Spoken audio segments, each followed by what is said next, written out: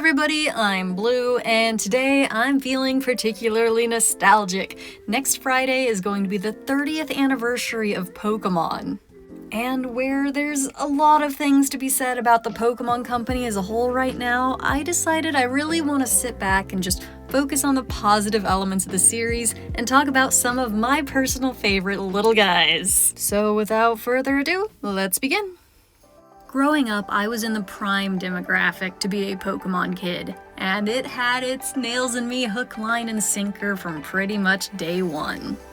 Right away, there were fun, unique creatures, all with their own little personalities and quirks and things that you had to learn about them in order to really bond with them.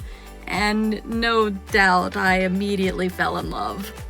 And how could you not? There were 150 of these guys to love, so there was nothing that you couldn't talk about. Which one's the coolest? Which one's the strongest? Who's the most powerful fire breather out of all the fire types?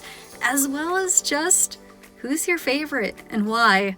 Which to this day remains one of my favorite questions to ask people. Because as this series has expanded and gotten bigger and bigger, that question just keeps getting more interesting. Do you like a Generation 1 Pokemon because it was your very first one? Or maybe because of a special episode of the anime that you really loved as a child and has stuck with you forever? Or perhaps it's a newer Pokemon who maybe you disregarded at first, but now you look at it and it gives you a little smile. The mischievous Scamp Riolu is a good example of that for me. Or perhaps this Pokemon helped you survive a Nuzlocke, or maybe it was your very first shiny and you didn't really like the Pokemon, but it's a shiny and it feels so unique. There's 100 different reasons that somebody could say a Pokemon is their favorite. And it never gets old, so if you want to leave your favorite Pokemon down in the comments and let me know why, I'd love to hear it. Because it is something that I grew up with. It is something that makes me happy. And I know there's a lot of talk online right now about how Pokemon only exists because of people that won't give up on their nostalgia. Pokemon is bad, and it's always been bad, and you just won't give up because you have fond memories of it as a kid. And yes, there's definitely some of that. I dressed up as a Wartortle for Halloween one year, and I to this day have a very small little Squirtle I got back in elementary school that I keep with me. So yes, nostalgia definitely plays a large part in why so many people love this series.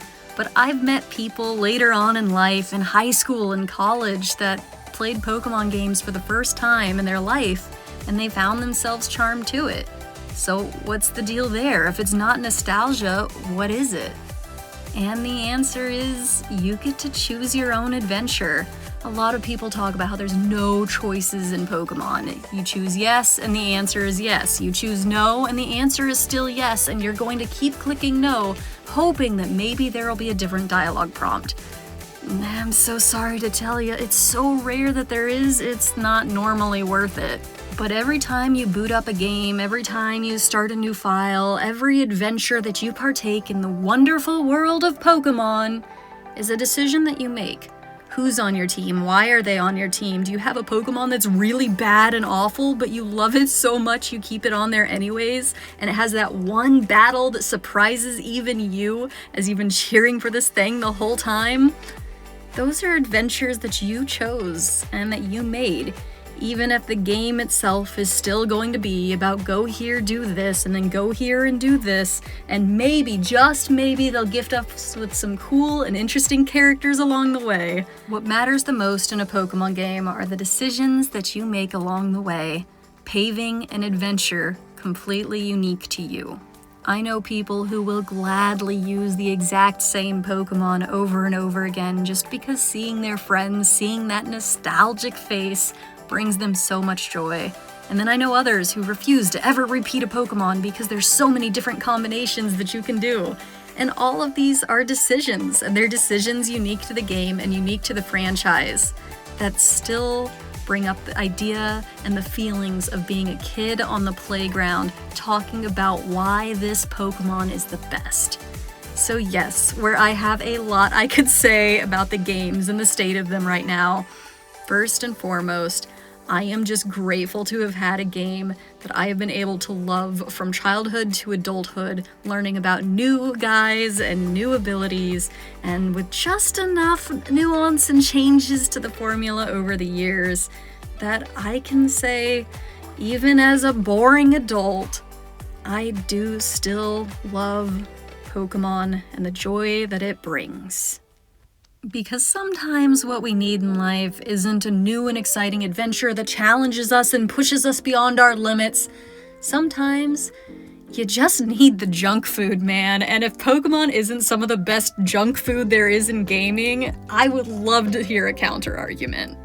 Because as the 30th anniversary draws ever closer, I'm taking a moment to reflect on the joys that this series brings me.